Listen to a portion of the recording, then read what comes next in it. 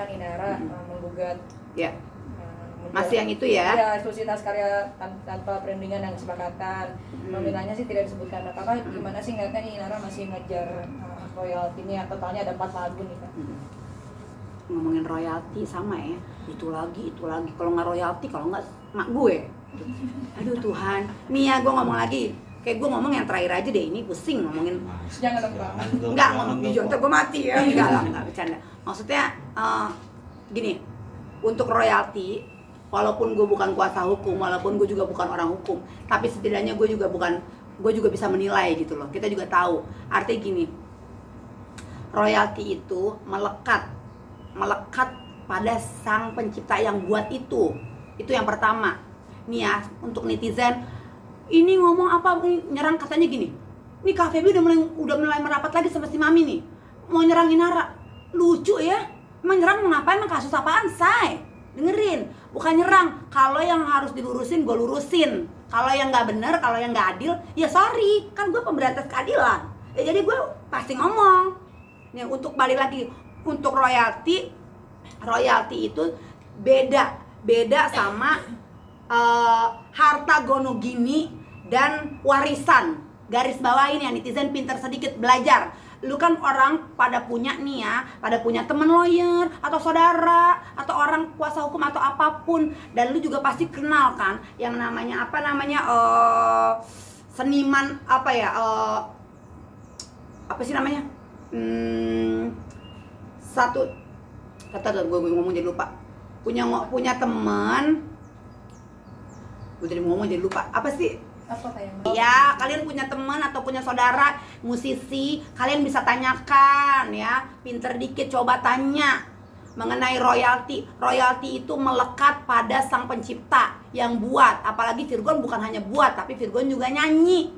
Kecuali nih, ngomong lagi, kecuali Inara ada kontribusinya. Wah itu 20%, 25% dalam proses pembuatan lagu itu. Ataupun ada nada-nada sedikit, nih ada nada-nada ini nih aku ketemu nih, ada nada-nada ini, ada ya kan, ada syair-syair sedikit. Itu bisa dikaitkan. Kalau tidak ada, artinya melekat penuh pada yang buat, pada yang penciptanya. Jadi harus beda. Ini bukan gono gini, itu bagian hal yang lain, hal yang terpisah. Gono gini seperti rumah, mobil, aset apa, misalnya tanah, ini itu gono gini, ya, paham? Nah terus kalau warisan juga beda, warisan udah pasti kayak ke anaknya. Kalau royalti, Virgon udah nggak ada, udah pasti diwariskan secara langsung untuk anak-anaknya. Tapi kalau royalti itu dimasukkan ke gono gini, itu lucu. Coba kalian para media tanyakan sama orang-orang yang ahli, tanyakan sama lawyer-lawyer, tanyakan sama musisi-musisi yang terkenal, bagaimana pendapat mereka tentang hal ini. Ini dari kacamata gue. Kalau dari kacamata mereka yang lebih paham, coba ditanyain, gitu. Nah, jadi netizen kelar ya, bukan gue gila-gila sendiri ya, tapi tanyakan kepada pakar-pakarnya, apakah sependapat sama gue atau mereka beda pendapat. Tapi gue rasa sih sama ya, say. Tapi kuasa hukum dari Inara yang kasus royalti dia bilang bahwa putusan di PA Barat itu kan dengan gugatan di PN Pusat, tapi dia menyimpulkan bahwa dengan putusan yang di PA Barat itu hak cipta adalah harta bersama, katanya Kak. Kan masih simpang siur, makanya naik banding. Berasal dari semasa pernikahan. Makanya naik banding. Ada nggak pernah kasus-kasus ini sebelumnya? Ini perdana. Nah, perdana itu kan baru percobaan, belum tahu. Makanya Virgon naik banding karena ada hal-hal yang ngerasa kurang. Iya dong. Nah, dan orang-orang juga kemarin juga coba ditanyain deh sama lawyer. Kalian belum pernah sih wawancara lawyer? Coba jangan wawancara gue terus. Wawancarain lawyer, wawancarain Ahmad Dhani, musisi, segala macem ya. Wawancarain Bapak Otto Hasibuan, kayak gitu-gitu, yang tahu hak kekayaan intelektual, hak apa ya? Iya, hak kekayaan intelektual kayak gitu. Coba tanyakan lawyer-lawyer yang hits, tanyakan gitu. Yang jadi gitu kan? Iya, yang netral. Jadi tanyain. Jadi kalian netizen juga jadi berpikirlah dua arah. Jangan pikiran kalian sempit. Ini begini-begini. Apaan sih? Tahu dulu permasalahannya gitu. Oke, ada lagi nggak? Tapi kan ini agendanya kan hari ini melawan hukum gitu ya, Iya. di sidang perdana. Mungkin dari pihak Virgon kan nggak datang juga nih, gimana sih kakak melihatnya nih? Ya kalau nggak datang ya nggak tahu ya, berarti kan itu bisa diwakilkan gitu. Ya mungkin dia ada kesibukan manggung atau apa kan nggak tahu juga, ya kan? Itu. Cuma kalau apa tadi perbuatan melawan hukum. Iya. Kemarin ada kabar, katanya gini, Kak Febi, apa? Gue bilang, itu menurut kakak gimana terkait laporan pihak Virgon mengenai illegal access Inara. Nih gue mau ngomong lagi. Jadi gini, suami istri berhak melihat handphone satu sama lain. Nih misalnya ada kecurigaan, gue ambil handphonenya, gue lihat, gue periksa gitu, pasportnya gue tahu, nggak ada masalah sayang, nggak ada masalah. Dilihat kek, dikasih tahu saudara juga nggak masalah. Itu tidak masalah, sekali lagi. Yang jadi masalah itu di-share jadi konsumsi banyak orang, dan itu hal-hal yang bukan positif tapi negatif. Negatifnya itu untuk Virgon. Bila Virgon itu merasa dirugikan, dia berhak melaporkan Inara akses illegal akses. Dia berhak. Yang tahu kan dia. Yang mestinya yang dirugikan kan dia. Nah, jadi artinya sebenarnya itu cukup di Inara ngecek, cukup untuk jadi konsumsi keluarganya Inara dan keluarga gua aja. Bukan untuk di-share, jadi kayak begini meriah gitu. Oke, Kak. Lu masih banyak, lu sendiri aja dah, gua udah. Kak, terakhir mungkin apa sih Kak yang pengen banget ada yang disampaikan sama Inara. Ini kan tadi kakak bilang bahwa yang hak royalti itu kan sebenarnya bukan hak dia, maksudnya nggak tepat lah ya kalau dia sampai menggugat. Apa ada nggak yang mau disampaikan ke Inara? Mungkin. Oh iya, mumpung masih ingat.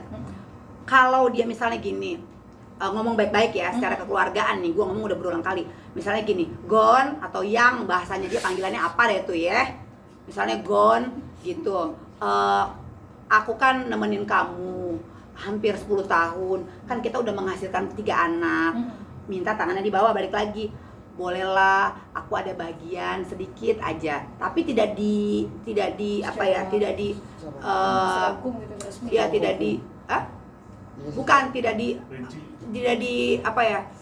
ini harus berapa kayak gitu. Legal gitu ya. Nggak dipakai ini harus berapa, iya.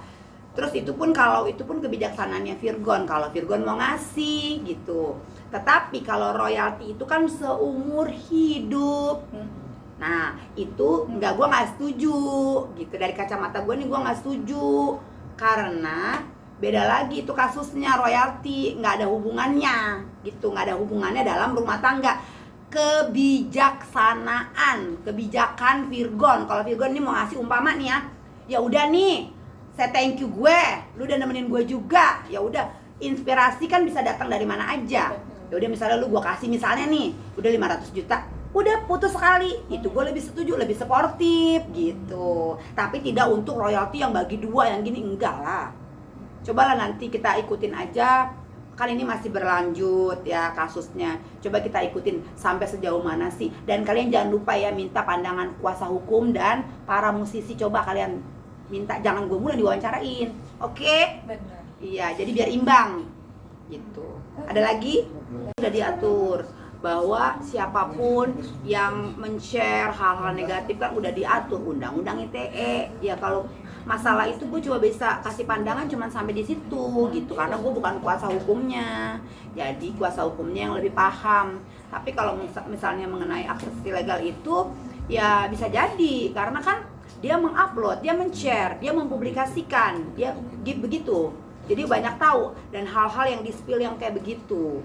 Mungkin ada yang benar, mungkin ada yang nggak benar kan gitu.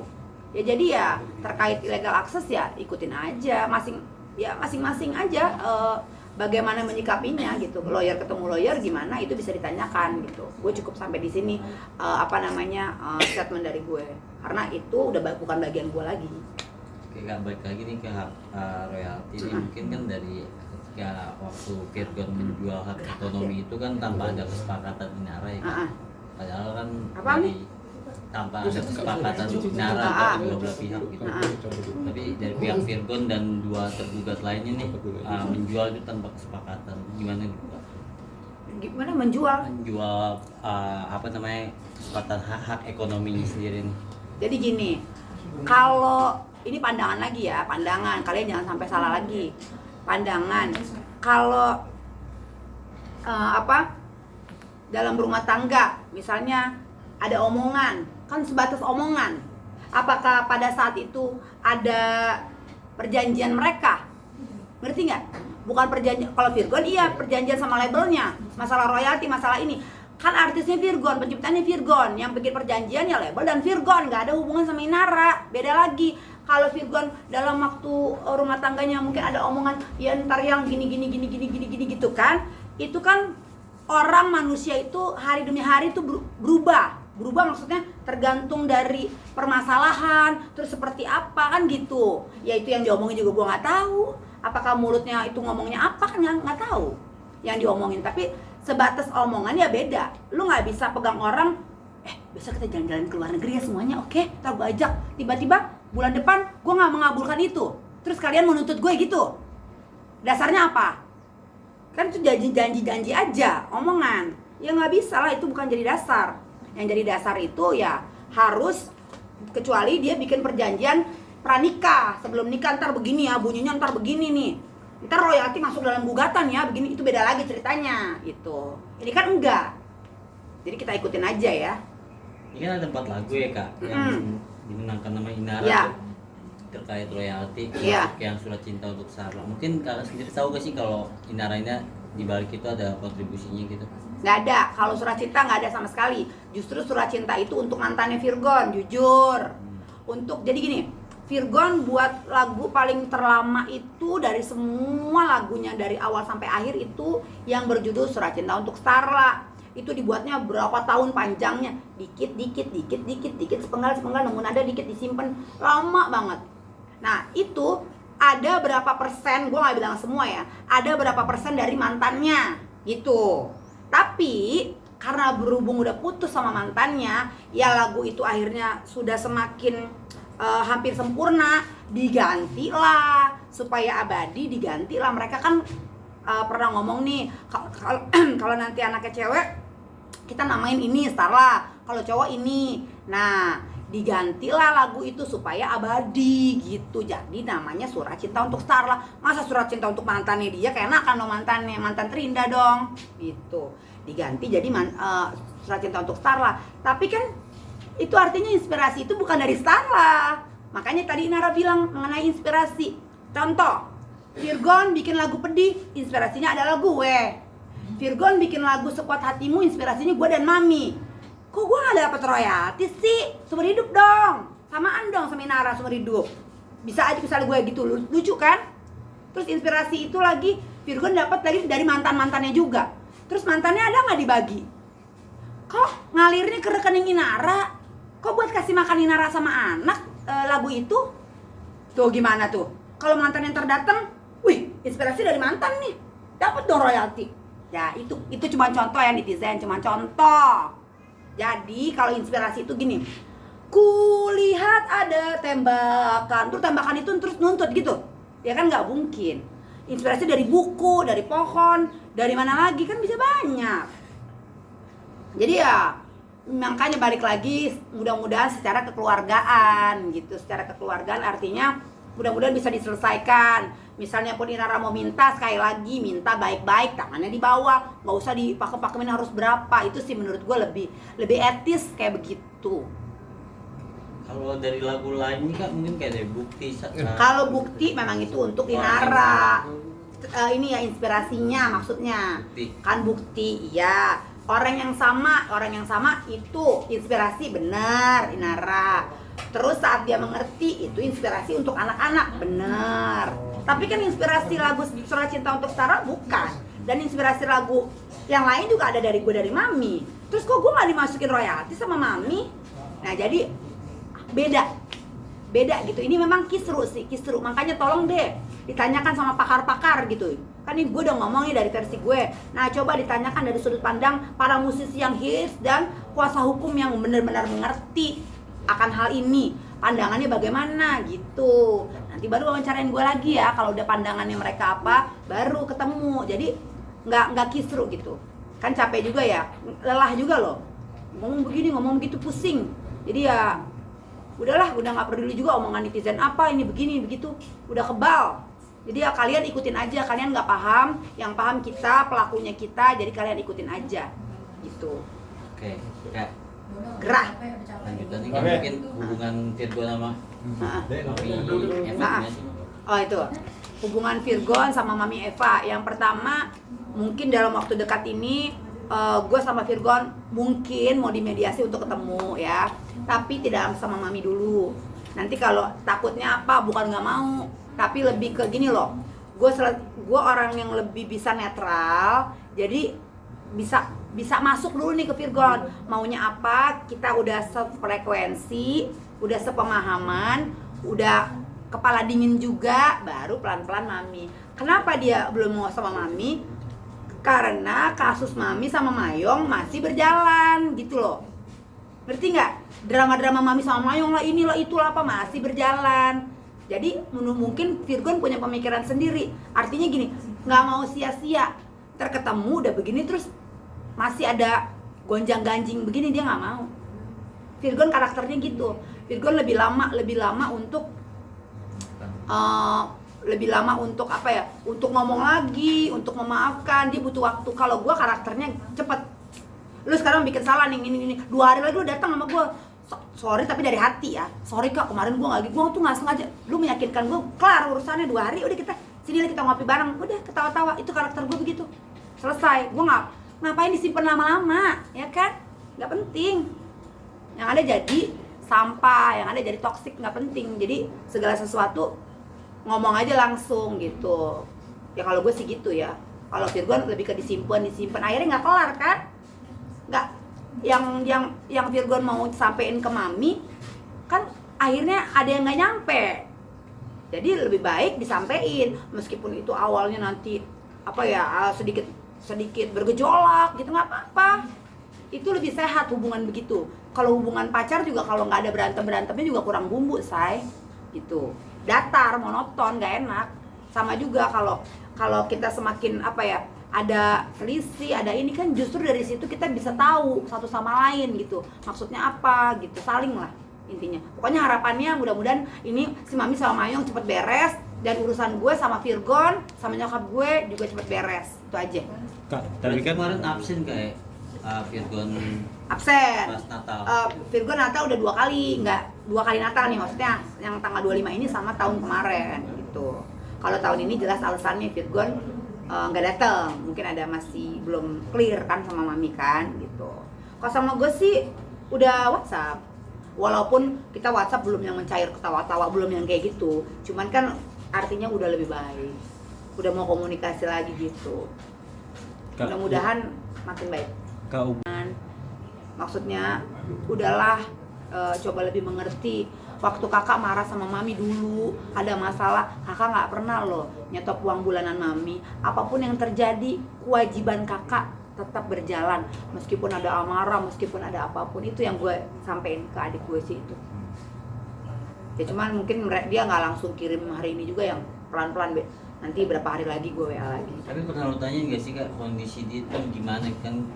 Lo sama Mami ini nggak pernah ketemu ya? Oh sama Mami sering lah. Maksudnya ketemu Virgon terakhir itu kapan Kak ketemu? Kalau Mami kalau Mami 6 bulan yang lalu ketemu Virgon, kalau gue 4 bulan yang lalu gitu. Dan kalau chatting ya kemarin baru chat di WA.